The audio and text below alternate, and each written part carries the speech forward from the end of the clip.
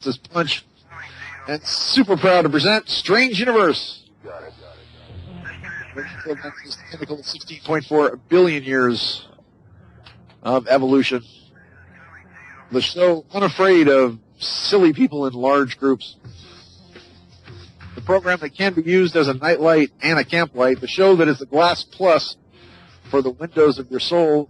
The show that believes that, like William Blake, that if the windows of the soul, the doors of the soul were cleansed, that we would see reality that is infinite.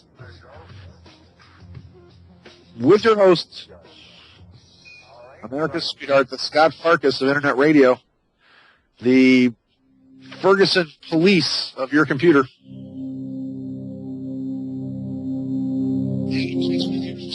Let the officer go with just a warning. The man who once sent $2,000 to a Nigerian scammer and actually received his $2.7 million inheritance. A movie about this man's life cannot be completed because no one would want it to end. And it is I, the Sean David Morton. How you doing? Ooh. All right. Just want to let you know that, once again, we are listener-supported for every single one of you. We are the number one biggest listener-supported. Oh, my goodness. We're the number one listener-supported radio station on the web, and we do need your help. Yep, we need your help. We need you to help us.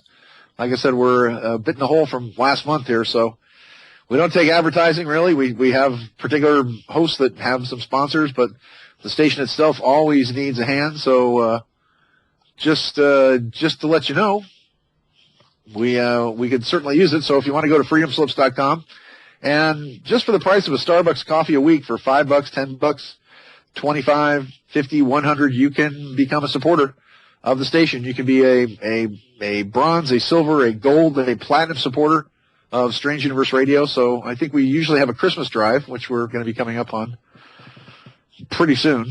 So once again, please contribute if you want to keep this program on the air, if you want to keep us rocking and rolling, if you do not want us beholden to the man or any particular advertisers out there, or woman, as the case may be. Just so you know, please, please, please, we need your help. We need your contributions. We need you like bees need honey, like crops need rain. So thank you again. I know we've got well over probably 1.5 million listeners to this program all over the world, but most people just say, "Oh, hey, there's something coming off the internet. Oh, wow, it's cool." Not realizing, of course, everybody thinks that everything on the internet is just always free. Oh, I have a computer that gives me the right to everything on Earth. So, there we are. All right. So a couple of things. First off, we have I don't know if you're, today we're transmitting from our tamed, gentle wormhole. All right. We discovered a new planet. All right. Let's smoke up a bowl. That's my stupid Matthew McConaughey impression. Interstellar, freaking worst movie ever. So we've got JP. We've got Jay Pierpont Prometheus. Fascinating. Thank you so much. How are you, brother? I'm all right. I'm enjoying my. It's been a nice, quiet evening, and there's not been everything kind of jutted up against each other. There's been spaces between things, so I'm feeling quite relaxed this evening. It's been lovely. It's always good to meditate in the morning, don't you think, Sean? Yeah, indeed it is. And I've got that clip for you. You want to play that YouTube thing? I'm not sure how long it is, but it's I've got something kind of fun for you. You got that queued up? This is the Ferguson thing, yeah? Yes, this is Sparkly, actually. Okay, here we go. Rolling the tape. They might have an advert. Let me just check. Let's see if there's an advert. Nothing. Yes, yeah. It's looking quiet. The screen is black. It's probably not available in your country. There we go. All the walkouts and all the protests, and you've definitely caught some, slack for calling some people. Number one, I haven't got any slack. I don't do social media. I know you don't. And I don't sit around and watch what everybody think about me. I have the scumbag comment. Respond to that. When you're looting people's property, that's what you are. That's against the law. It's not your property. You wouldn't want people to do it to your house. You need to go back to the stepdad. He didn't want people to burn down his house. So it's all just a bunch of noise at this point. But anybody who walks out peacefully, who protests peacefully, that's what this country was built on. I have no problem with that whatsoever. But to be burning people's property, burning police cars, looting people's stores, that's 100% ridiculous. The notion that white cops are out there just killing black people, that's ridiculous. It's just flat out ridiculous. And I challenge any black person to try to make that point. This notion that cops are actually awesome. You know, they're the only thing in the ghetto from between this place being the Wild Wild West. So this notion that cops are out there just killing black men is ridiculous. And I hate that narrative coming out of this entire situation. And the thing that bothers me the most, Brooke, is the notion that all these people are standing here saying, if they indict him, they were already going to riot. No matter if there was an indictment or not? No question. Because your mind does not go from, let me sit here and listen, and let me go and just start burning up police cars and tearing down buildings. That just doesn't happen. There's some black people out there who are crooks. And when the police come to your neighborhood, it's a tense situation. The only time you interact with the cops is when things are going wrong. That's the only time we ever interact with the cops. But first of all, we as black people, we got a lot of crooks. We can't just wait until something like this happens. And we have to look ourselves in the mirror. There's a reason they racially profile us at times. Sometimes it's wrong, but sometimes it's right. So to sit there and act like we hold no responsibility for some of this stuff, it's disingenuous. How can the president help this? First African-American president, he held meetings at the White House this week. Should he be going to Ferguson? No. And that's another thing that annoys me about this whole situation, bro. Every time something happens in the black community, we have the same cast of sad characters. We don't have to have Al Sharpton go there. We don't have to have, and I'm not disparaging Mr. Crump. I know he represented, when it happened in Florida with Trayvon's family, God bless them. But we have the same sad sack of black characters. We need some strong black men in St. Louis to stand up and say, hey, let's handle this situation. Where are they? That bothers me. I guarantee you, listen, if something happened in my life, I got this. I can handle it. I don't need people coming. I feel like I can handle a situation. Don't have to have people coming from New York or coming from Florida. I'm a strong black man. I can handle this. Okay. There it is. That's that's Charles Barkley. There was just there was one other thing I was looking for here. Sorry about that. What's that? Had rather a sudden ending, and yeah, I know. Just it's, that's how it goes. There's one other thing I was looking for in AM media. There was actually an awesome sort of thing on AM media that what is it? No, I guess not. Oh, okay. Well, I guess I lost it. Okay, AM media, Michael Brown. All right. Okay. Well, we're almost done with the Michael Brown story here, I guess. So there it is. And as you probably heard, a couple of interesting stories. I'll get to them. Once again, we're talking about alternative news here, but just a few things that have come down in the Strange Universe category that I think are interesting. And if I find the Michael Brown thing, it's from AM Media once again, and somebody sent it to me. Actually, I think somebody sent it to me in my email, I think, and I was just trying to find it. But let me see. I got so many amazing people here. Let me see if I can find it. Nope. Here, professional radio. I'm supposed to be prepared. Nope. And nope. Okay, all right. Never mind. So there it is. Meanwhile, just a couple of things I want to comment on. First off, I want to congratulate the guys at NASA and JPL and all that. They launched the Orion rocket. Look, we know that the space program is, pretty hoaxy. We know that they've got probably bases on the moon and bases on Mars. They've been using anti-gravity technology and all kinds of crazy stuff. But we just launched one of the largest rockets ever into space. And now they're saying that we're going to land a man on the moon.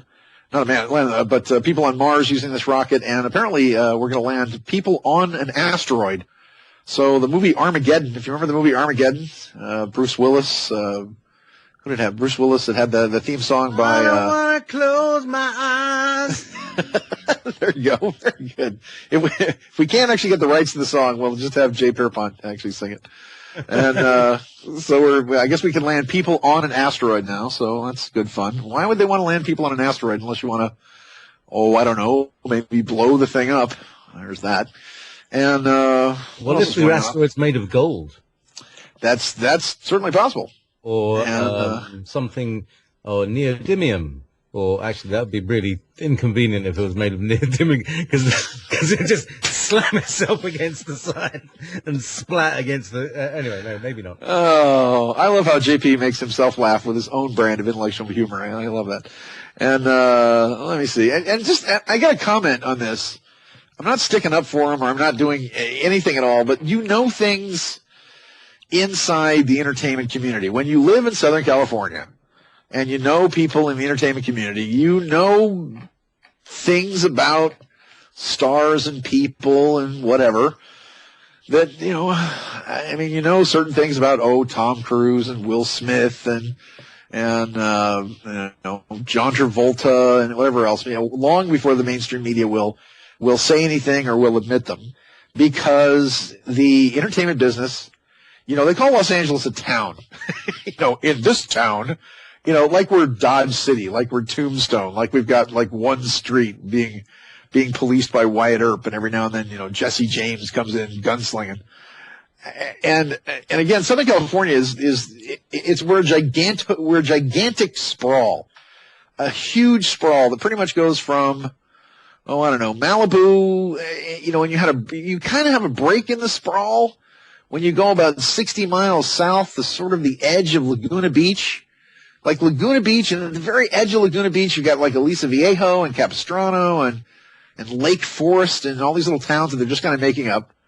And they all go about 10 miles inland. And then you go the other side of 10 miles inland, and you're like, wow, there's stuff out here. You can literally, there's houses and things. Oh my God. And, but it's 88, actually Los Angeles County is 88 kind of crappy little cities, most of which are what they call unincorporated, but crappy little cities that are all kind of squeezed up against each other. So you know certain things because you know people in the industry. The film industry is very small. You talk to people in the film industry. You know things about people in the film industry. And all I can say, this is rumor and innuendo, and it is alleged, but everybody has known inside the industry for quite some time about Bill Cosby's sexual proclivities. Everybody knows that Bill Cosby does not like white people. He is a gigantic, I don't know if you want to call it reverse racist, but bottom line, he's a racist. He doesn't like white people. He really doesn't like them, except for white women. And everybody in the industry knows that Bill Cosby, for years, has had a penchant for, shall we say, sodomizing white girls. And whether or not he's drugged them or they were prostitutes or whatever else. But the other comment I want to make too is that of these 22 women that are coming out, just one of the things that I want to point out just from a perspective, because number one, this entire thing was started. Everybody has known about this, and I think the last case that came up was like 2005, nearly 10 years ago. But this was because it was a black comedian was lashing out at Bill Cosby. Primarily because Bill Cosby was trying to tell, this is kind of an odd thing for him to say when you consider that it's Dr. Cliff Huxtable with his obnoxious sweaters. And I always, there was a joke that went around for a while where, Alicia Ahmad Rashad was the mother on obviously the Cosby Show. And, a woman comes up to her in a supermarket and says, wait a minute, aren't you the woman on that show where you're not on welfare, but you're a doctor, and that your husband hasn't left you, but he's a doctor too, and you have 5 kids, and you live in Beverly Hills, and they're all getting straight A's in school, and what's the name of that show you're on? Oh yeah, Amazing Stories. Yeah, but that was a long time ago. That was Steven Spielberg's Amazing Stories. So that shows how old that joke is. But the bottom line of this whole thing is that if you see the women that are coming out against Bill Cosby, this is what I don't get. And this is just, and I'm not defending him. There's a good possibility that he did it. And I just want to point out to you, from an alternative media standpoint, just to play, the devil's advocate here. Just to say the devil's advocate, you've had 22 women over the course of however long it was. And look, if these women did not go to the police, if these women did not report this, if these women did not, and now they're coming out saying that because Gloria Allred has jumped on the case and there might be a payday somewhere along the line, it couldn't have been that bad. I'm sorry to say it, but if you wait 15 years before speaking up about something, it couldn't have been that bad, is what I'm saying. And now they're trying, and to watch Gloria Allred on the TV, and Gloria Allred, who I have had a number of personal run-ins with, not just one, but a couple of personal run-ins with her on the political side. As an example, I told you about how years ago I went toe-to-toe with her screaming about 2 inches away from my face, with television cameras rolling and the whole thing. And I had no expectation of being on TV, but it wound up on 60 Minutes. They may have cut it, actually, but it's because it had to do with a Second Amendment gun thing that she was at. But let me just tell you a personal experience. Now, Gloria Allred has now discovered 22 women. And these 22 women who've all had these experiences with Bill Cosby. And until there was a payday, none of them have come out. Which sounds to me like, the old age-old question about, well, ma'am, when did you discover that you've been raped? Well, when the check bounced. So, and I don't mean to denigrate it in any way, shape, or form. It's a horrible, horrible thing and a horrible experience. And again, it's something that you go to the police about. It's something that you go to the cops.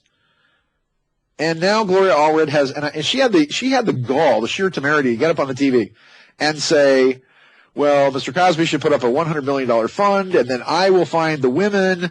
And by the way, Gloria Allred must have a gigantic victims Rolodex. I mean, she must just go through the Rolodex and say, anybody that's even talked to Bill Cosby in the last 20 years is, step on up. You want some money? You want a piece of however much he's worth, $400 million or, whatever the hell it is?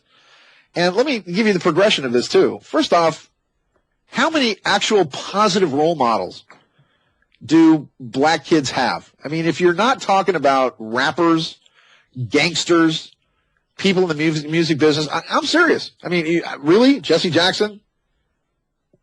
Al Sharpton? Seriously? Even the president, you could say Barack Obama, even the president of the United States is a foreign-born, I'm sorry, he's a foreign-born homosexual crackhead. Yeah, I said it.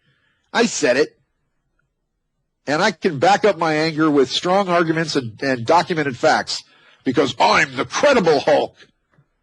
So is he the role model for the presidency of the United States? Is he the one?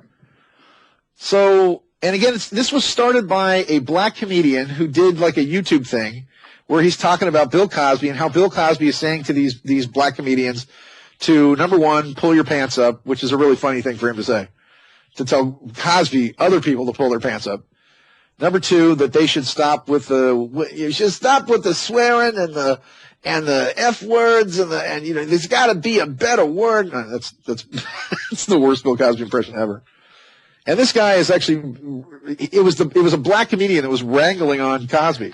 Then Cosby did it to himself because he put a cute picture of himself up on the net and said, "Oh, please, I want my fans to come up with a cute caption for me." And talk about a guy that needs an astrologer. Talk about a guy that needs something as far as timing goes. He puts this cute picture up saying, "Oh, would you please put a cute caption of me saying, oh, I just, who ate all the jelly pudding? And all this, I've drugged you and you've been raped." And these are the captions that people are putting up. And I must say, and it was a horrible thing to say, and it was one of the funnier comments, is that Sarah Silverman made a comment about, yeah, well, Bill Cosby was telling me not to swear and not to use the F word and to clean up my act. But then he was talking to me. For some reason, I fell asleep. I thought that was funny. But now if you look at what's going on, there was this black comedian that started, then he put up a picture, then all these people started putting up the stuff, dredging up his past with the multiple rape cases and whatever. And again, I might point out that he's never been charged with anything.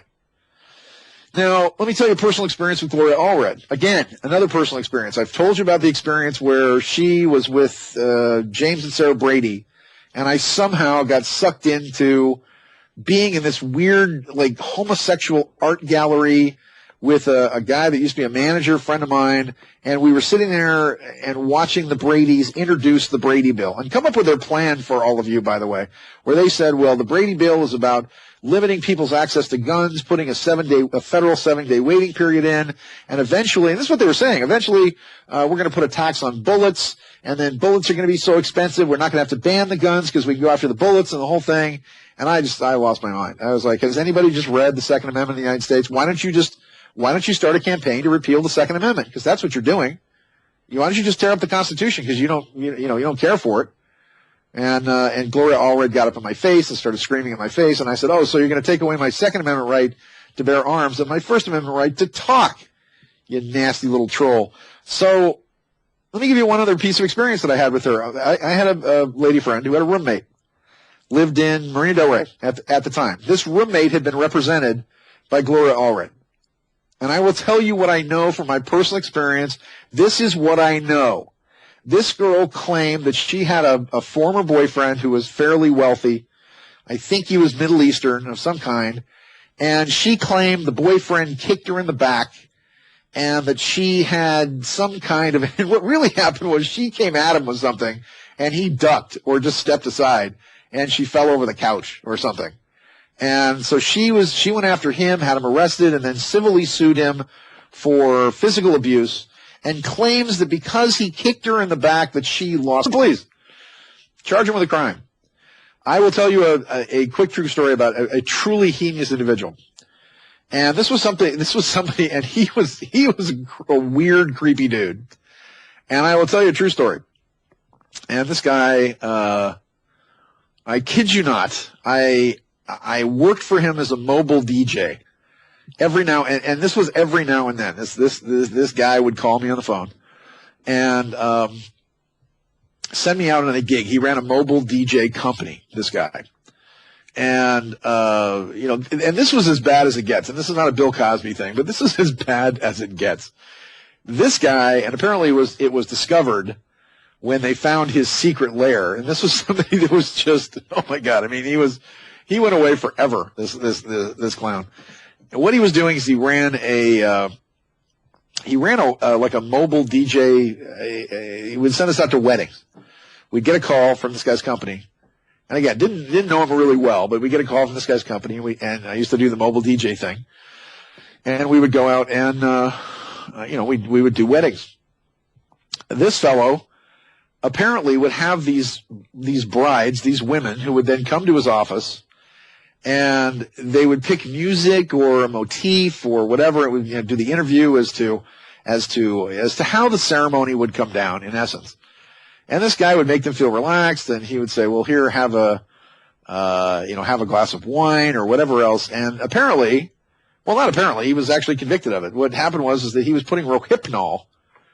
He would roofie these women who would come into his office, these brides, knock them out and rape them, and apparently take a bunch of pictures of him doing it as well, which he then had displayed in like a secret sex pervert basement at his house. And they caught this guy finally. And again, I'm telling you, this is a guy I knew. I didn't like him. Nobody liked him. He was he's a weird, creepy guy. And they caught him, and they found all the evidence all over his walls, apparently. And this guy's now doing life for what he did. And we're talking about, not just a few. We're talking dozens, tens, 50s, I don't know about hundreds, but a lot. So again, yeah, that's a criminal deal. So, and again, it's all bad. And you go to the police and you call the cops. This is not something, and the girl who was, and the girl who was 15 years old at the Playboy Mansion. The Playboy Mansion is a giant swing party, and I don't know how they even get away with what they do up there, where, just because they have so many people in the media and so many people in the press.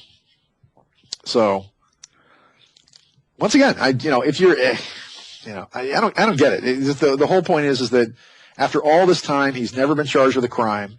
Nobody's ever gone to the police. Nobody's ever, these were all apparently civil lawsuits. This is years later. And you can argue this all you want. It's just that we still have a judicial system where, again, you're innocent until proven guilty. And he's never been charged with anything. And he's settled out of court in civil suits, I might add. And of course now Jane Doe is speaking up. I have no sympathy for Bill Cosby. I'm not defending Bill Cosby. I'm just saying that what's going on is that now you've got somebody who, the last time this happened was somebody from, again, 10 years ago, who was mentioned in a comedian's routine. And, whatever. Well, just drop it. It's just that, it's just now I see how the press works, and I see the interesting dichotomy of this is, here you had Cosby, and everybody knew that this was going on with Cosby. Everybody knew that this was this was going on behind the scenes. And I could never understand why he was, in the first place, getting away with what he was doing. So, once again, you had somebody who was supposed to be a positive role model, somebody who, was trying to tell black comedians to clean up their act, somebody who was acting in, he was saying, pull up your pants and use proper English and, trying to be the Cliff Huxtable dad. And now you find out he's got totally feet, or should I say a penis of clay, if you will, and that he's a pretty pervy dude. So, what can you do about that? So I just wanted to comment on that. And congratulations to NASA for the Orion missile. And also the North Koreans apparently didn't like a movie, The Interview. And, talk about a strange universe, but, Kim Jong-un, who, by the way, has now made a decree, a couple of interesting decrees, more, quote, bad news coming out of North Korea. They've made a decree from the Supreme High Directorate that anybody that has Kim Jong-un's name must now change their name. So, which is kind of a drag because the names you were given to choose from are Chrissy, Kimmy, and Khloe Kardashian. So there you go. And I also think I want to congratulate the new Secretary of State. Actually, it's, I think, some brilliant choices. Obama is, for Attorney General, he's picking a woman, Loretta Lynn. I think that's a great choice because who wouldn't want a coal miner's daughter and a country music star as, your Attorney General, and, Ashton Kutcher as, Secretary of Defense. I think that's an awesome choice. Ashton Kutcher, we know he smokes a lot of pot from his days on that 70s show, and we know he's in probably one of the most disgusting, the most disgusting TV show I think that's ever to be on television. The most vile, disgusting, drug-addled, sex-related show ever on TV, which is the current version of 2.5 Men, in which every week you are subjected to drugs, alcohol, lesbianism, male homosexuality, group sex, bondage, various types of sodomy, etc., on a weekly basis at 9 o'clock what channel is it on? What's that? What channel is it on? It's on CBS. Sorry. CBS. I couldn't help it. There had to be. Anyway, sorry. So, and I think Ashton Kutcher is going to make a great Secretary of Defense. And so it's what's that, GP? What? Oh, he's saying something. I was just apologizing. No. You're telling me, it's Ashton Carter. Okay. All right. Thank you, JP, for that. All right. Well, never mind that. Here I thought Ashton Kutcher was going to be a great Secretary of Defense. Nope. It's Ashton Carter after that. So, there you go. What were you going to say, JP? Sorry. I was just adding some comedic idiocy. Well, enough of this Ivy League banter. Yeah. Have you got any what did you say before? Intellectual in joke with my own self. That nobody else understands what I say. It's not funny. I just laugh. I know. It's just funny to hear you laugh at your own intellectual in joke. I think that's very amusing. Very good. Yes, enough of this groundlings jacknapery.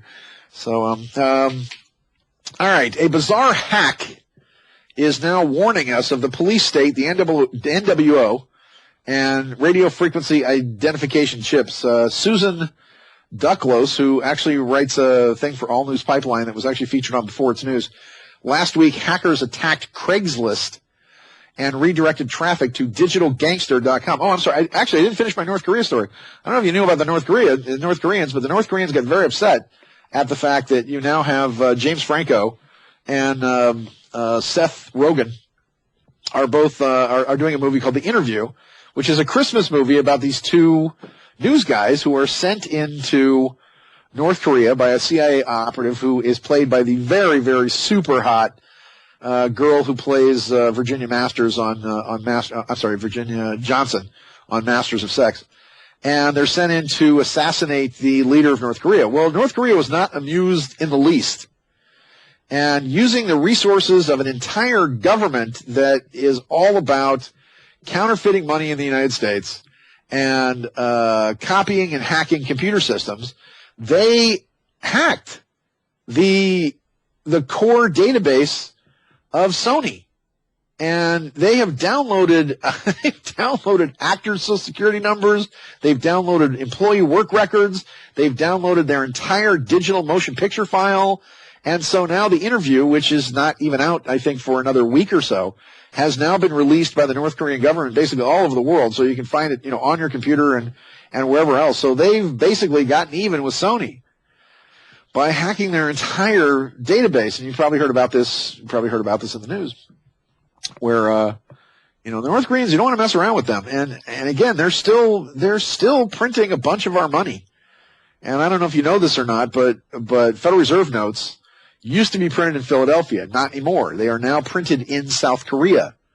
And the reason they're printed in South Korea is because apparently it was costing them, I think, to print each Federal Reserve note, and it doesn't matter whether it's $1, $5, $10, or $20, or $100.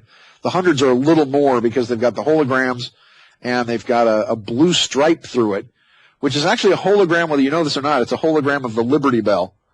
And if you put it up under a light and you actually move the 100 back and forth, you will actually hear the Liberty Bell, or actually see the Liberty Bell ringing on the $100 bill. You can also fold the $100 bill in such a way where when it looks like an airplane, you can actually see on one side what appears to be a nuclear missile actually coming down. And on the other side, you can actually see the destruction of New York City by a nuclear blast. So just as the money with the 5s, the 10s, the 20s, and the 50s actually played out the scenes of 9/11, not only the destructions of the World Trade Towers, but also the cruise missile that hit the Pentagon. It was not an airplane, ladies and gentlemen, but the cruise missile that hit the Pentagon on currency that was actually printed 3 years before. Now you're seeing what appears to be a nuclear missile of some kind off the coast of New York that then creates a mushroom cloud that then creates a tidal wave that then apparently wipes out the city of New York. Strangely enough, this is a remote viewing vision that I had years ago, back in 1997, I think it was. I was on hard copy when I was talking about airplanes attacking New York City, and I was talking about the attacks in New York City and the destruction of the World Trade Centers. And I was on the television talking about this, where they were saying, "Oh, he's the doomsday prophet," and all this, and everybody laughed and laughed and laughed until it all actually happened. The next thing I saw happening was a nuclear explosion of some kind, either on a ship or a missile misfiring or missing, that happened about 50 miles off the coast of New York, that then creates a tidal wave of some kind into New York City. Now, I've also had remote viewing classes as well, back in 94, 95, and 96, none of whom saw the World Trade Centers, who also saw the large majority of the island of Manhattan also flooded by a tsunami and or tidal wave. Very much like what occurred in 2012. And I had a lot of people from those classes actually calling me and sending me photographs saying, "Oh my God, this is what we saw back in that class. This is really crazy." So anyway, so that's kind of what's going on around the world. But last week, hackers attacked Craigslist, redirected traffic to digitalgangster.com. Then another redirect sent users to a YouTube video by Introducing Neals, Neals, which warns of the New World Order, RFID chip implants, and the U.S. police state. While many theories are posted as to who was behind the major hack, in the first video by We Are Change, Luke Rudowski breaks down the incidents in question. So all these videos, this hack going to websites, hacked NWO police state, with people being tortured and these RFID chips actually being placed into it. The Introducing Neals is basically a prison island. It's an animation of a huge prison island, which is of interest. Also, let me see, what was I doing here? And as we were talking about it, once again, I was talking about role models for the black community. So you can cross Bill Cosby off that list. And again, the one person that was like everybody's dad, the one person that was Cliff Huxtable, the one person who was always talking to people about, get to Jell-O pudding and working on child psychology and some kind of role model for young black Americans. There he is. But again, we're pointing out, is Barack Obama a role model for for black Americans? Well, Stephen Lendman is saying that in an article he wrote actually last year that his record speaks for itself, ideologically over the top, lawless, reckless, ruthless by any standard, reflecting the worst of rogue leadership, mocking democratic values, breaching the rule of law principles, riding roughshod over responsible governance, serving moneyed interests almost exclusively. As a matter of fact, the 1% in this country never had it so good as they've had it under Barack Obama. Responsible for protracted Main Street depression conditions, letting popular needs go begging when most are in need, a reliable corporate tool and then some, pro-war, pro-business, pro-privilege, pro-super-wealth, completely and utterly anti-populist. The 2014 version of Obama, not the 2008 version of Obama. Matter of fact, there were riots when they were talking about, there was unrest, shall we say, when they were talking about naming a school after Barack Obama in Chicago. And they should just call it, Barack Obama 2008, back when he was everybody's hero. Anti-government of, by, and for everyone equitably, presiding over a gangster state, and by the way, the most ruthless in world history, most reckless and the most dangerous government in history has become the Obama administration. Exceeding the worst of his predecessors, becoming quite possibly the worst president in American history. No, not quite possibly, the worst president in American history.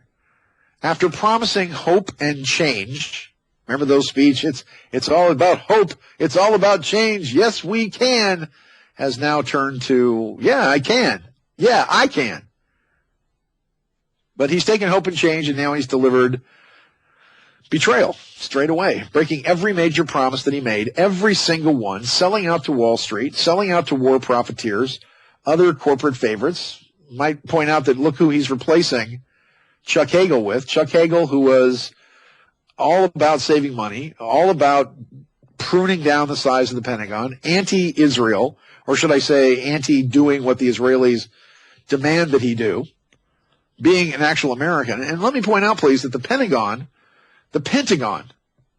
is the single largest employer in the United States. The single largest employer in the United States. Can't tell you how many exactly, but it dwarfs everything else. And by the way, the budget for the Pentagon and the DOD is bigger. And I've said this over and over and over again. There's one of my statistics that I want to drive into your head. That you can count on your fingers and toes how many people have been killed by terrorists inside the United States since 9/11. If you don't count the actual 9/11 attacks themselves, which could have been way worse.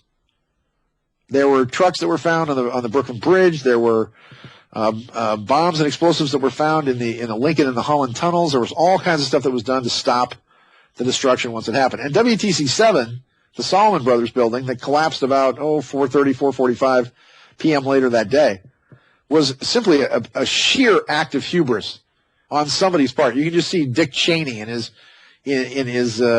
lair inside Mordor, where somebody said, well, the fourth plane has not hit the building and we've got to do something about this because it's wired to blow and we've stolen hundreds of millions of dollars worth of gold out of the basement.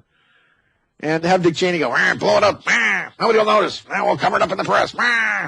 Even going to the point of where you have a female, a lady British reporter standing in front of the building at about 4 o'clock, 45 minutes before it blows up, saying, the tragedy of the World Trade Center building exploding, blowing up the Solomon Brothers building, it's horrible, reading off some pre-designed script when a cameraman or an assistant had to actually point out that the building is standing right behind her while she's talking about the destruction of the building, just to give you an idea.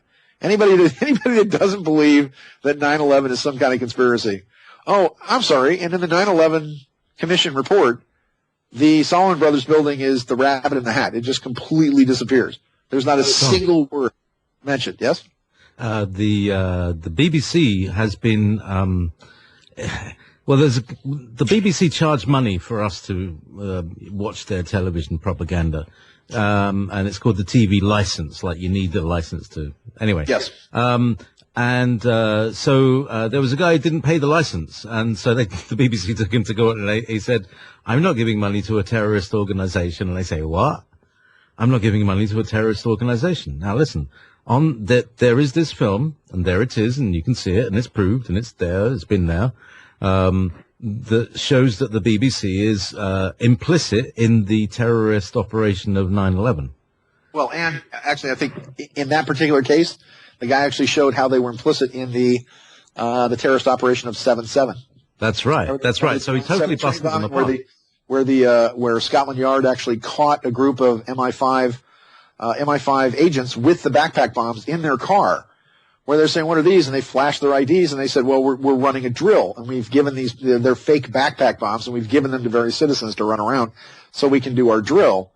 I might also point out too that they supposedly gave these to hapless citizens to say, "Well, you're helping your country," and the explosions did not even come from the backpacks. They did not come from the inside. They came from the metal was collapsed inwards, which means there were bombs previously planted on the trains that then exploded the metal inwards towards the passengers inside the car, not outwards.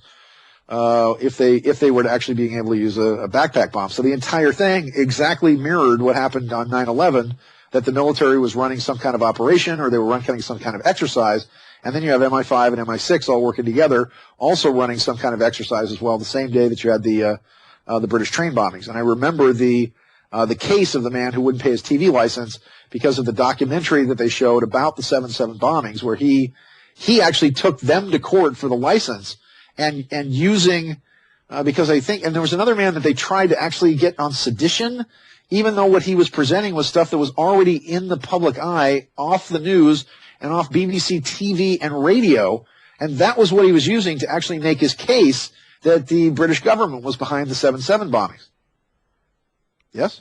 That's right. And so they're all on military days. They're all on the military things, and they get the money off the insurance policies that they use, which are based on people's pension funds. Well, and now you can't. Oh my God, London and the greater areas of the entire area of London really is the most surveilled place on earth. I mean, you can't flick a booger without somebody seeing you do it. Even when I was in Oxford, I go to Oxford every summer to go study astrology at Oxford, usually at Brasenose or Magdalen or Exeter, and they usually move the colleges around a little bit. And there are cameras all over that city. Every street corner has one of those big circular black eyes that has a camera inside of it. Of course, most of the British have actually thrown bottles at them and tried to smash a lot of them. But it's there's nothing like it. I've never seen a 1980 film from Desert Hot Springs. Oh, I need some time away, so gonna jump in the car and go out to the desert this weekend just to work on a script and get some stuff going. So once again, if Barack Obama is just to wrap this up, here's a role model for you. Here's a role model for future presidents. Because someday we'll all be gay, black, and stoned. So I'm pretty sure that Obama is from the future, because he's what we're all going to wind up as. But if you try to think of a guy who's once again been a reliable corporate tool, pro-war, pro-business, pro-privilege, pro-super wealth, anti-populist, and I might point out, even the black folks of Ferguson, Missouri, even they hate Obama's guts, which is pretty weird because Al Sharpton and Jesse Jackson, you know what their solution was for the violence in Ferguson? Fuzzer was a bear. You need to get out there and register as Democrats and vote Democratic in the next election. And they were booed from the stage. They were almost tarred and feathered and run out of town. That's why you didn't see Jesse Jackson. And Al Sharpton, I think, made some comment. And Al Sharpton looks weird. Now that he's lost all the weight, he looks like Skeletor. I'm not kidding. He looks like Skeletor with a tan and a really bad straightened, slicked fro. But So, Obama's broken every major promise that he's made. I talk to people who are still of the cult of Obama, and I'm like, what's he done? What is he, what the hell has he done for you? And he sold out to Wall Street, the war profiteers, all the other corporate favorites. He's handed them trillions of dollars illegally and more on request. And he's let them make their money the old-fashioned way, stealing it from people. He's waging class war, targeting middle America for elimination altogether, self-arming America's most disadvantaged, blacks, Latinos, Muslims, immigrants of color, supporting capital's divine right to use money to make more money, institutionalizing inequality, forced feeding neoliberal harshness, and when vital stimulus is needed, when growing millions are impoverished, millions more unemployed or underemployed, over half the population needing dwindling amounts of federal aid, cutting social benefits en route to eliminate them altogether, transferring unprecedented amounts of wealth from ordinary Americans to corporate interests and super rich elites, waging war on organized labor, calling it shared sacrifice, corporate interests share, that is, like never before, gorging at the public trough. Workers sacrifice, losing good jobs, mostly rotten ones alone are left, earning poverty-level wages, few or no benefits under gutted work rules. Actually, you got some blues music you can play like under this. This is like, I've been under gutted work rules, da-na-na-na-na, poor health and safety procedures. There we go. That's right.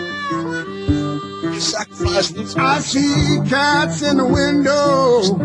I see cops and donut shops. Got to earning poverty wages, poor health and safety protections, promised pension benefits disappearing, losing the right to bargain collectively with management on equal terms, other hard-won benefits gone, blood and sacrifice to win them disappearing in plain sight.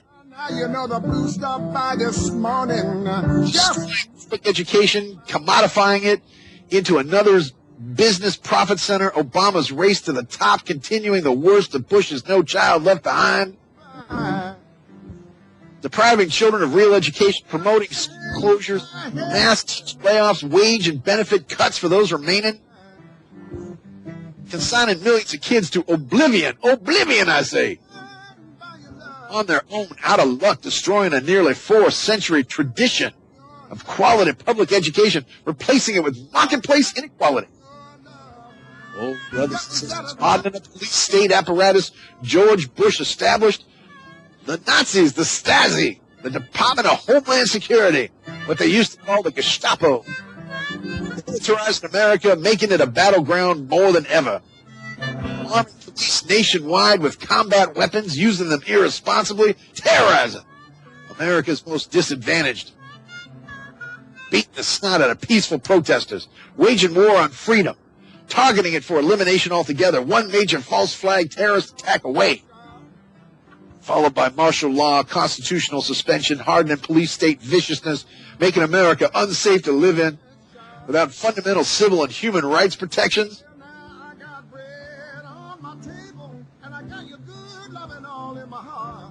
Engaging whistleblowers, exposing government wrongdoing, journalists doing their jobs, working class people struggling to get by, one missed paycheck away from homelessness, hunger, and despair. Rationing health care, enriching insurers, drug companies, and large hospital chains, a pay-or-die system, according to Ralph Nader, instead of recognizing health care as a fundamental human right. Putting bankers in charge of financial reform? Putting bankers in charge of financial reform. What the what?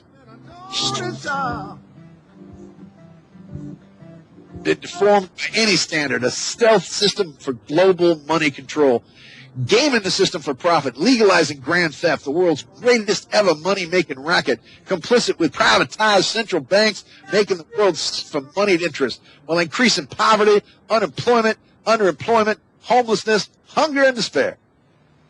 Ignoring vital people needs, hanging millions out to dry on their own, sink or swim, baby, live or die. Enforcing white supremacist policies, terrorizing and deporting more undocumented immigrants than all previous U.S. presidents combined, an average 1,000 a day. He's been called the deporter-in-chief for good reason, telling poor, desperate arrivals they aren't welcome. Yet at the same time, opening the gates, the floodgates, for millions more.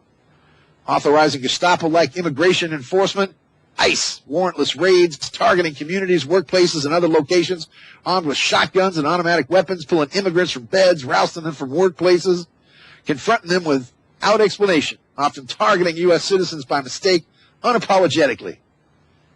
Conducting lawless searches and seizures, making arrests based on ethnicities, race, appearance, and English proficiency, separating children from parents, treating immigrants like common criminals, like terrorist threats, pretending otherwise. Obama's so-called immigration reform by presidential diktat is farcical, covering less than half the undocumented population, offering them pathetically little in return for demanding and plenty, subjecting others to brutalizing treatment, deportation with no right of appeal, waging state terror worldwide, at home and abroad.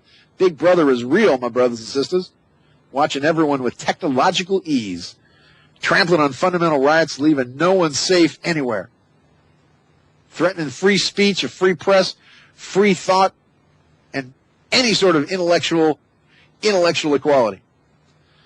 Without them, all the other freedoms are endangered. Sunlight is the best disinfectant. Candidate Obama called it the best source of information about waste, fraud, and abuse, saying whistleblowing reflects acts of courage and patriotism. Often the best source of information about government wrongdoing is an existing employee committed to public integrity, willing to speak out. We need to empower federal employees as watchdogs of wrongdoing and parts in performance. I promise strengthened whistleblower laws to protect the federal workers who expose waste, fraud, and abuse of authority in government. Government should be transparent. I'm going to give you accountability and information for citizens about what their government is doing.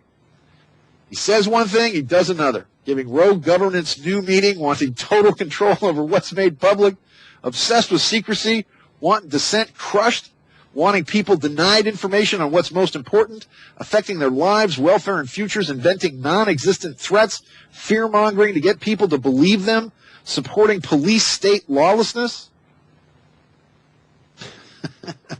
It's a war on humanity, is what he's doing. A war on humanity, ladies and gentlemen.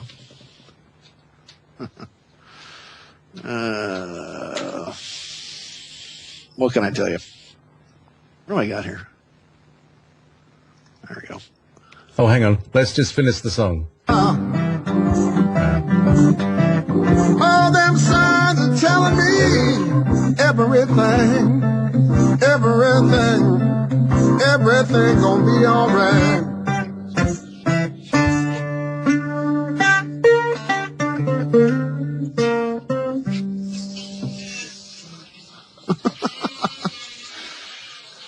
Ravaging, so last but not least. Is that your end? Yeah. You ran out of blues, man. Unless you had any more blues. There you go. That's a terrible song anyway. Come on. Want that song. There we go. Anyway, it's a war on humanity, imperial adventurism, naked aggression against one sovereign independent country after another, posing no threat to America or its neighbors, ravaging and destroying them, turning them to rubble, killing millions, ousting sitting governments, replacing them with pro-Western ones, puppet Washington controls, stealing their resources, exploiting their people, treating them like serfs. Deciding who lives or dies as judge, jury, and executioner. Obama has a kill list. He has a murder czar who chooses targets anywhere in the world, including U.S. citizens.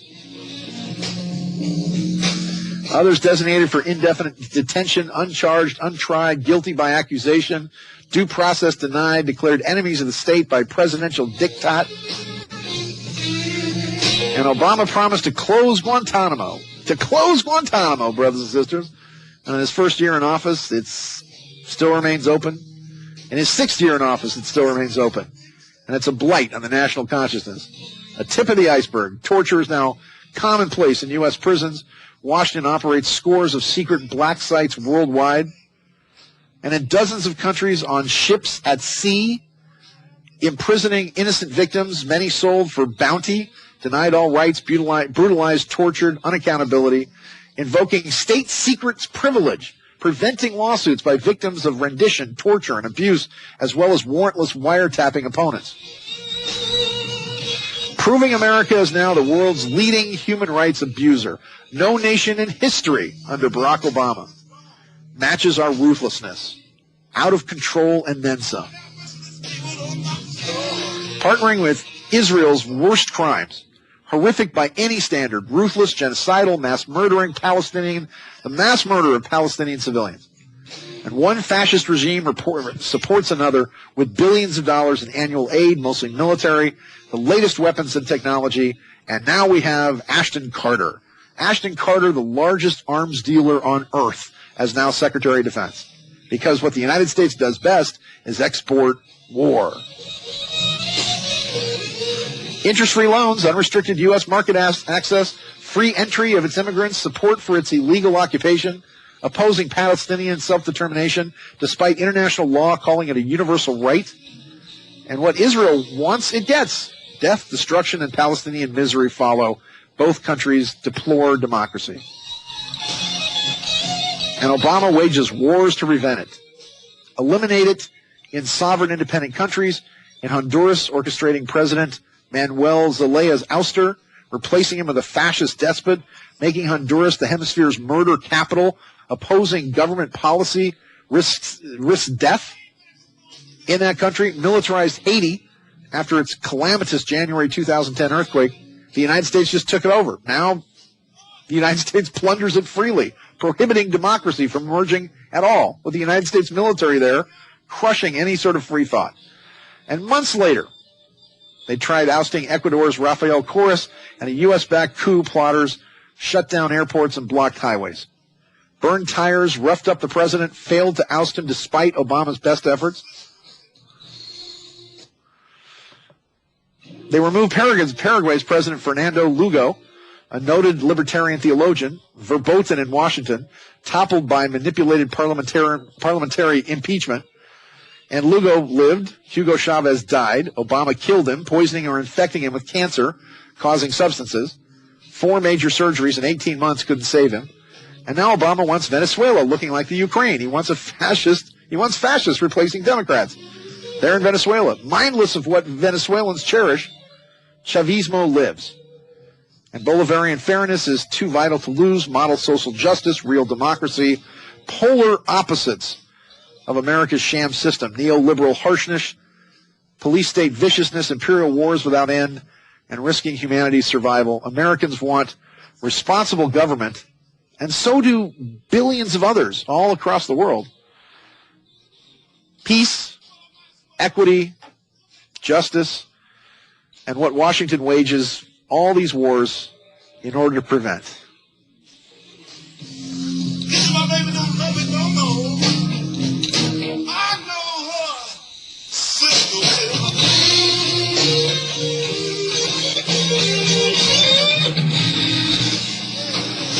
And that's a Strange Universe Global Situation Update Blues. There you go. All right, JP, let's talk about what you got going on. Well, yes, Heaven's Gate was something that a friend of mine has alerted to. There's something about some group soul out there that I mean, some of the work that I don't talk about is obviously, you don't talk much about this sort of stuff, but helping spirits move across the move towards the light and help people who've died. So basically, we've been contacted for help. So what I'd like, could you give us a breakdown of as much as you can, including your psychic breakdown, as you've got a perspective that no one has. So well, tell me. Let me start with what's going on with you. What is it? I mean, without knowing what's going on with me, tell me what the situation is that you've got with your friend. Oh, well, it's just that she's a medium, and there's a whole people. Mediums get contacted by spirits because, like, you can see me, kind of thing. And they, sometimes somebody says, well, I've been having this person talking to me all week, and So I had a medium on the show once who did that, and that turned out to be the station owner who had died a week before. So, we're used to weird stuff at Wolf Spirit Radio. That's what the Spirit's about. But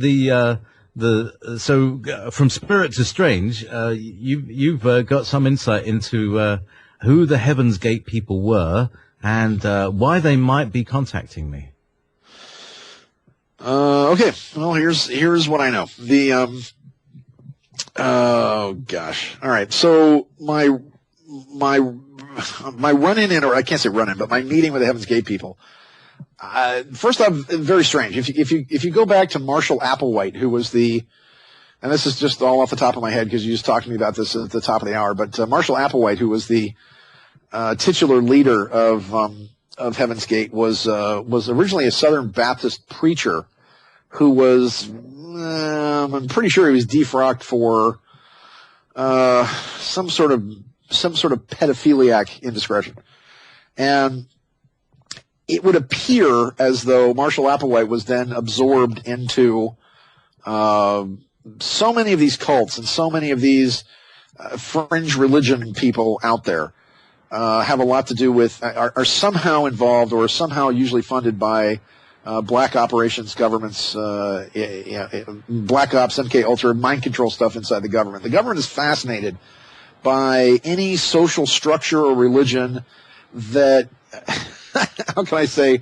that blinds you to reality, which is in essence what most religions actually do. I mean, all religions have their blind spot, have their, it's this way because God says it is this way, even though it doesn't seem to make any sense. But my direct experience with it was, and I'll just tell you exactly what I know. The Heaven's Gate people became a huge deal because the story was put into spin mode that somehow, some way, and this was very interesting. Well, okay, let me start at the beginning. I met them in February of 1997, and of course, everybody knew that Hale-Bopp, the comet, was coming this way.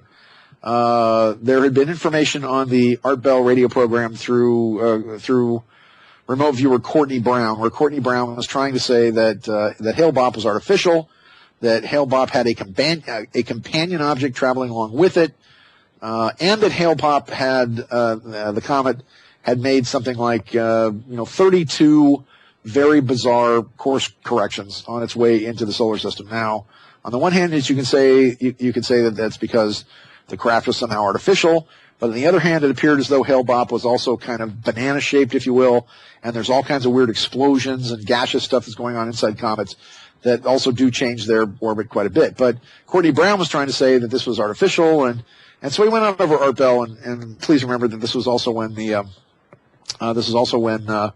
Art Bell had anywhere between 24 and 26 million plus listeners, globally. And I had made a prediction in my newsletter quite some time before that we would see, and this was in the January predictions issue of my Delphi Associates newsletter, that we would see major UFO activity, that UFOs would appear, massive mothership type UFOs would appear over the southwestern United States, with the most likely place being Phoenix. And I actually said this, and I was on Art Bell's program on the night of March 17th, which is when the Phoenix lights actually did occur, and he was getting live feeds from Luke Air Force Base and all those other places. So in February, just to shorten the story up, in February of what's that? I'm sorry. Sorry, Heaven's Gate. Heaven's Gate, yes. Let me just make a quick announcement here, and then we'll get to Heaven's Gate. What do we have? One thing I wanted to talk about. Anyone that donates $35 or more will get a nickel lock blade pocket knife. So, from Revolution Radio. So once again, go on freedomslips.com or Revolution-Radio. Anyone that donates $35 or more will get a nickel lock blade pocket knife to take to their next protest. And by watching the news, you see that maybe America is finally sick and tired of being sick and tired. Principles and ideas are peaceful, but history is violent. That's from the movie Fury with Brad Pitt. Okay, let me finish the Heaven's Gate story, and then we'll get onto this. So here I go and I have lunch with the Heaven's Gate people, and they're all dressed in white, and a couple of the men had shaved heads and apparently had castrated themselves. And it kind of felt like this. So that they're not pulled into the sins of the flesh, which is another reason why I played Dirty Weekend by Rod Stewart. The whole tantric thing that you're never supposed to ejaculate, and if you don't, as a Taoist master, you can live to be, 250 years old. My question is, if you can never ejaculate, why would you want to live to be 250 years old? So here it is. So in my conversation with them, in which they actually bought me lunch, paid for real food, an actual, a Reuben sandwich or something, while they were all having piles of ice cream. They want me to take them to Area 51. And I said, well, I don't really go out there anymore because it's all the stuff's been moved. It all got moved to Area 6413 in Utah. And most of the stuff was moved late 92, early 93. We went out there for about 6 months and didn't see a thing, sleeping in the dirt and, running around the road and camping out there.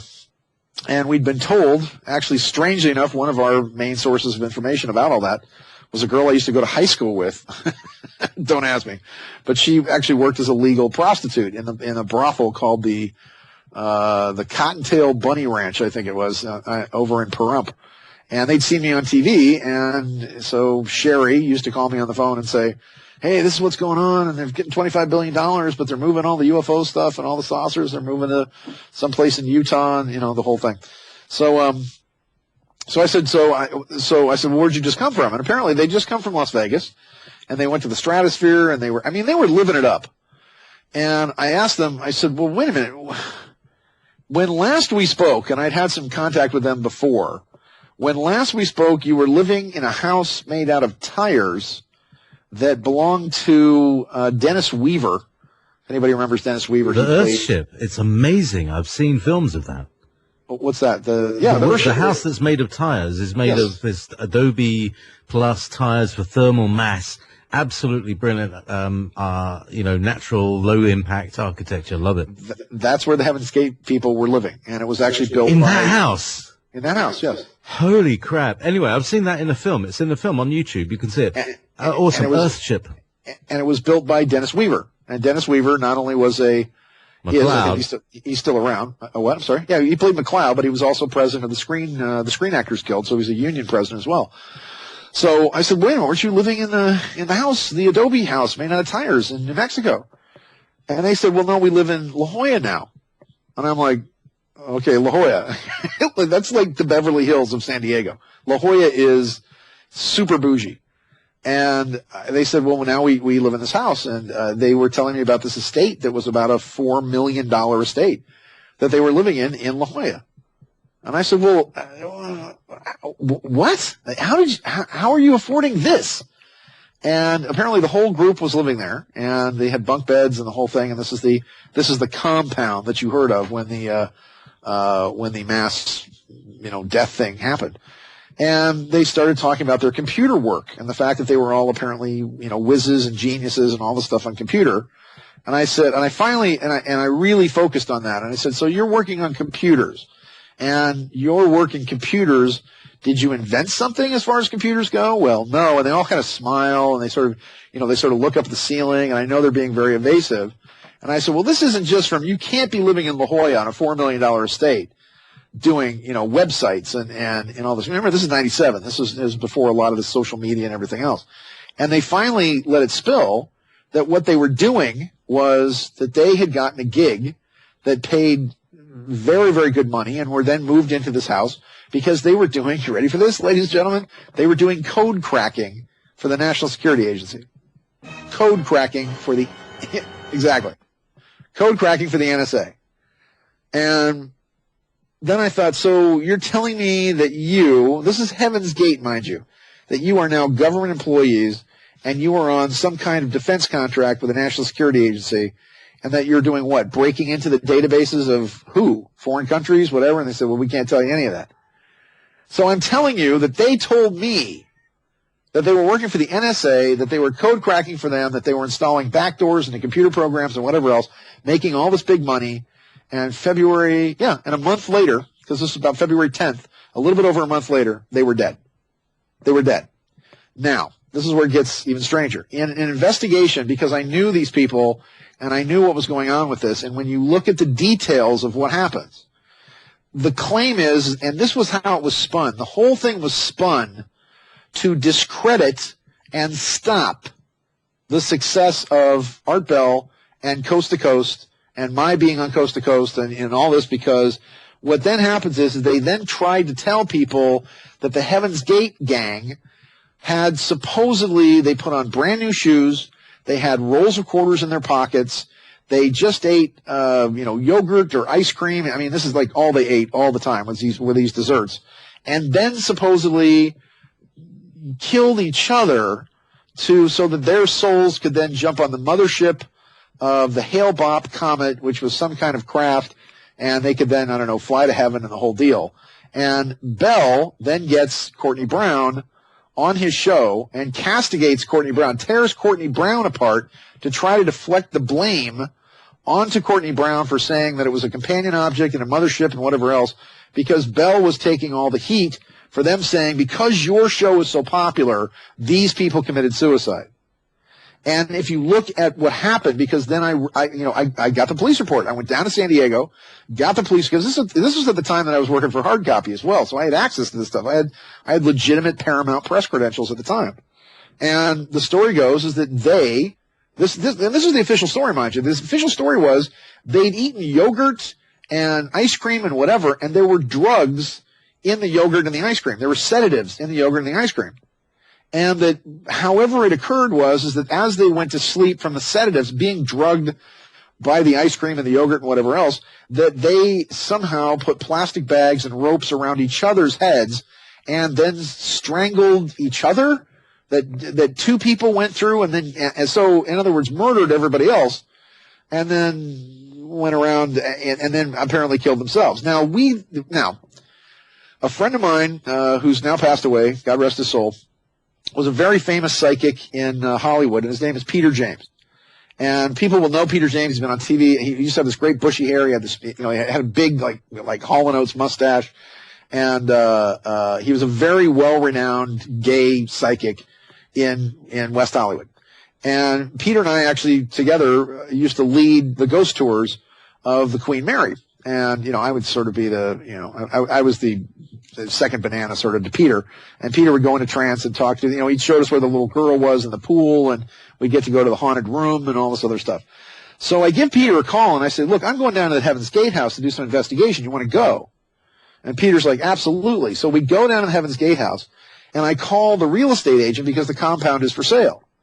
And there's a law in California that says we have what's called, because apparently we're afraid of ghosts in California, but there's a law on the books here, which is called a distressed property law, that if there has been a murder or a suicide or anything other than a natural death on a property, you have to inform whoever's coming in to look at the house. And there are certain brokers that deal in what we call distressed properties. So I call one of these brokers, and I think Peter and I pretended we were like, boyfriends, gay boyfriends or something. And it's like, oh, this place is fabulous, and we want to buy it, and we don't care about what happened. So the guy shows us around. Now, before we went down there, I'm using my press credential to get the story, and I'm knocking on some doors of some of the neighbors, because the Heaven's Gate people laid there for about 4 or 5 days, almost a week, before anybody called the police. So I said, well, why did it take so long for you people to call the police? And they said, because there were government vans coming and going from the property. Black vans, U.S. government plates, coming and going from the property for several days after these people were dead. And by the way, all their computers had disappeared. The hard drives out of the computers had disappeared. The computers have been broken into and cannibalized. And this is why nobody called the police, because they said, well, people were coming and going. Lights were on. We thought somebody was there. So this is where it gets strange. Peter and I go into the property, and this is where JP's story is going to come in. We go into the property, and we're walking around, and Peter turns just white as a ghost. His eyes get like saucers. He's white as a ghost. He's walking around, and the real estate agent is kind of freaking out because Peter's having entire conversations with whomever happens to be standing there. And Peter takes me aside and says, oh, can we talk for just a second? And, we're considering the property, and the real estate guy goes, sure, I'll go outside. And Peter says, these people don't think they're dead. I said, what's going on? He said, somebody broke in here. It's like guys with, guns, like a SWAT team or something. They came in here and they murdered these people. They were drugged, and they came in, and they're the ones that strangled them all, put the bags over their heads and the ropes and the whole thing and killed them. But these people they don't know they're dead, and they're still here. And I said, what do we do about that? And he says, I don't know. And he was losing his mind. He was freaking out. I said at the time, can we help them? Is there anything we can do? And he was like, well, we need access to the property. We'd have to be able to do like a whole cleansing thing or whatever else. And we're not going to be able to do that with these real estate people who want to now sell the property. So there's the story. The story from the neighbors was these people laid there because government vans were coming and going. They had told me they worked for the National Security Agency the month before, that they were doing code cracking for the NSA. And Peter James was saying that these people are still here. They died suddenly.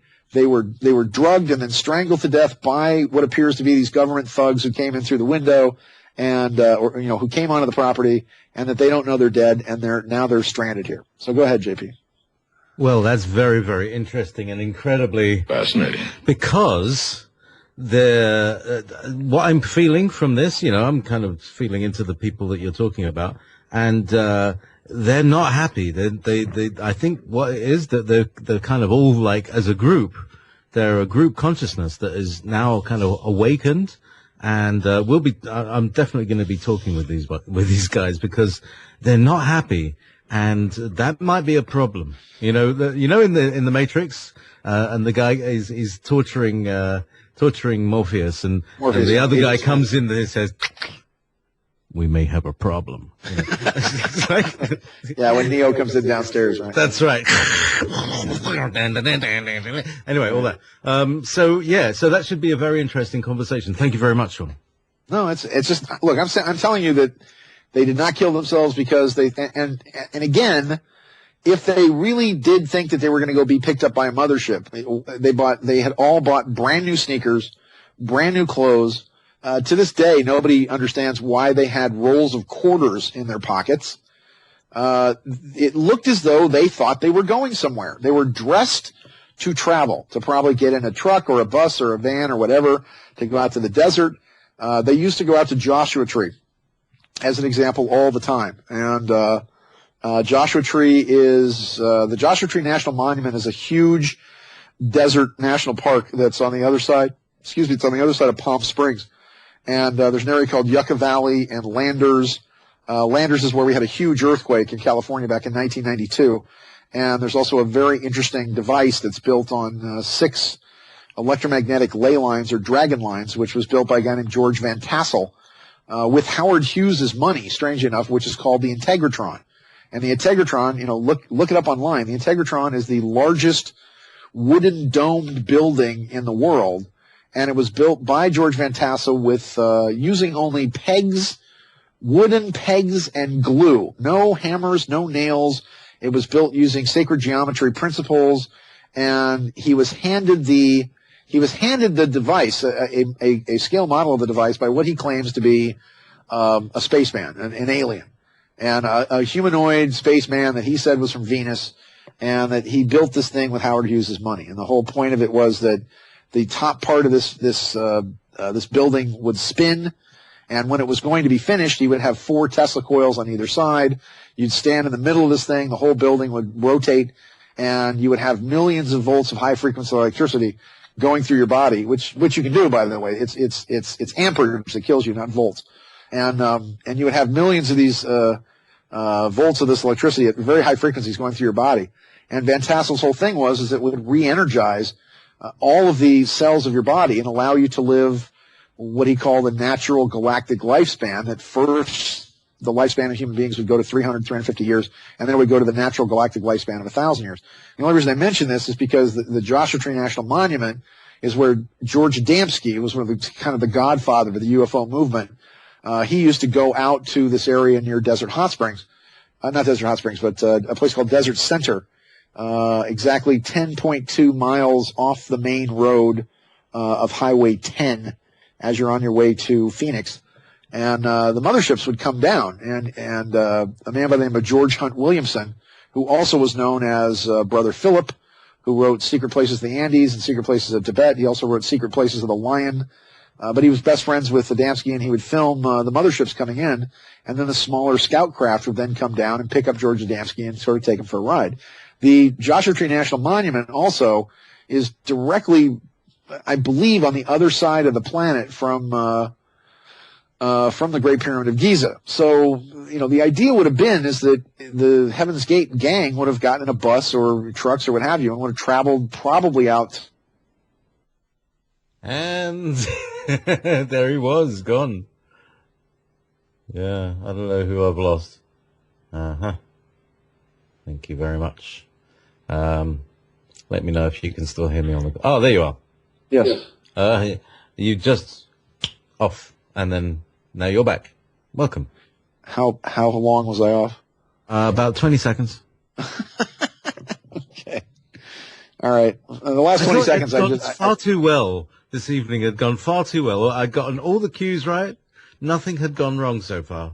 Something okay. Well, you didn't miss much. The whole gist of my story is they looked like they were going to travel somewhere. They were probably going to go to Joshua Tree National Monument, which is a vortex, which if you were going to meet a spaceship, that's where it would come down at.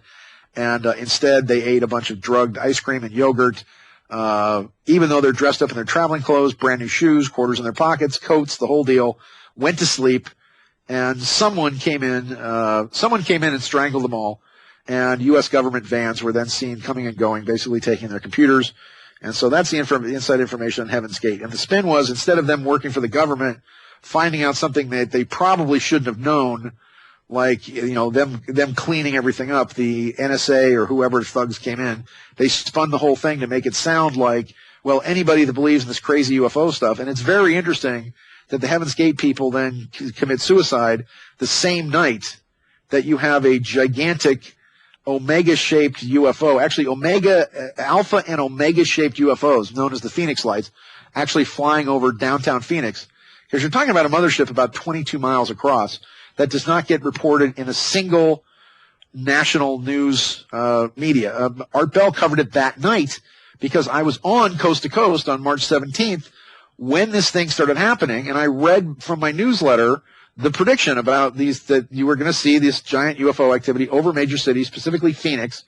And the prediction that I'd made in January of 97 was happening while I was on the Coast to Coast program, which was March 17th, which was St. Patrick's Day of 1997. And Art Bell covered it extensively. Dan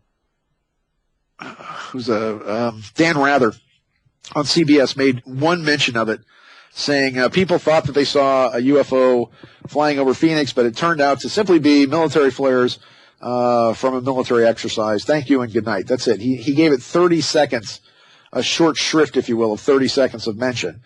And then when I started working for Hard Copy in 1998, the Phoenix Lights returned in January of 1998. And then on Hard Copy, we did the first national story, which made the Phoenix Lights a big national deal. I think we're almost out of time. Okay, once again, I just want to say thank everybody for being with us this week. Again, the greatest and most valuable gift that the universe can give us is a friend. And I thank every single one of you for being mine. All is one, life has purpose, God is love. That means that we're all biologically connected to each other, we're chemically connected to the earth, and we're atomically connected to the entire universe. If life has purpose, then that means that every low kick, dirty trick, and rotten lick you've taken throughout your life means you're supposed to be in the exact right place and time at the exact right moment in history that you're at now to be the hero that you're going to need to be for the future age. And if God really is love, then that means the prima mobile, the first thought of the universe, is for the greatest and highest good of all the beings in that universe. So that's the mind core synthesis, whereas the Egyptians was as above, so below, as within, so without. The Greeks was know thyself. The Romans was thine own self be true. And the motto of the great civilization of the United States of America is in the future, what they're going to put on our tombstone is Mo is better. If I just had Mo as something, it'd be better. Once again, anyone that donates $35 or more to Revolution Radio is going to get a nickel lock blade pocket knife. They're absolutely beautiful. So you can flash that at your next protest.